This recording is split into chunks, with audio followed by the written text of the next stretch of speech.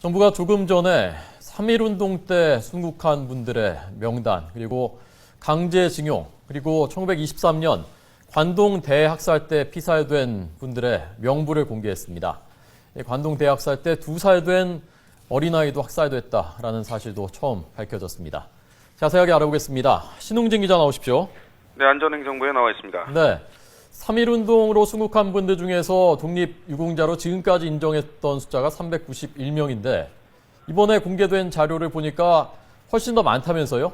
네, 그렇습니다. 오늘 정부가 공개한 3.1운동 피살자 명부에 따르면 630명입니다. 이 명단은 지금까지 국내외에서 한 번도 발견된 적이 없는 최초의 명부라고 정부는 밝혔습니다. 읍면 단위로 이름, 나이, 주소, 순국 일시, 순국 장소까지 자세하게 나와 있습니다. 지금까지 3.1운동의 경우 독립유공자로 인정된 숫자는 391명에 불과합니다. 일단 수치상으로 239명이 더 확인된 셈인데요. 따라서 독립유공자 추가 선정이 이뤄져야 할 것으로 보입니다. 이번에 나온 피살자 명부는 한 권 217쪽으로 되어 있는데 전국적인 상황이 정리된 것으로 봐 이 책 한 권이 공식적으로는 3.1운동 피살자의 전부인 것으로 보입니다. 참고로 독립운동가 박은식 선생의 독립운동지 혈사에 따르면 피살자 수가 7,509명으로 되어 있어서 여전히 차이는 많습니다. 네. 자, 관동 대학살 때 희생된 한국인 명부도 확인됐다고요? 네, 관동 대지진 당시 학살된 한국인 209명의 희생자 명단도 나왔습니다. 이름 이외에 본적과 나이, 피살 일시, 피살 장소, 피살 상황 등이 적혀 있습니다. 이 희생자 가운데에는 2살 아기도 있었고 학살 방식도 피살, 타살, 총살 등 구체적으로 기록됐습니다. 지금까지는 적게는 6,000명에서 많게는 2만 명까지 추정치만 있었을 뿐 구체적인 명부가 공개된 것은 역시 처음입니다. 이 명부를 계기로 관련 연구가 활발해질 수 있을 것으로 기대됩니다. 특히 관동 대학살을 부인하는 일본 정부에 반박할 수 있는 근거가 될 것으로 보입니다.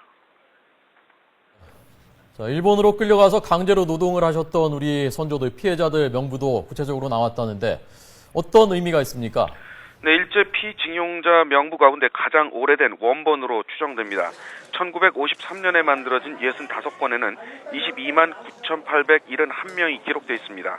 1957년에 나온 명부에는 28만 5,571명이 등재되어 있지만 우리 정부가 공식적으로 인정한 숫자는 당시 16만 명에 불과했습니다.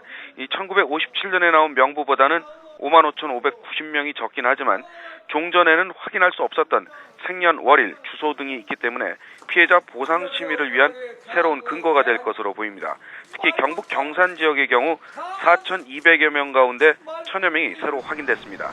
이 명단은 1952년에 이승만 대통령의 지시로 전국적인 조사를 실시해서 만든 것으로 1953년 2차 한일회담에서 밀제 피해의 보상 근거를 확실히 마련하기 위해 만들어졌습니다.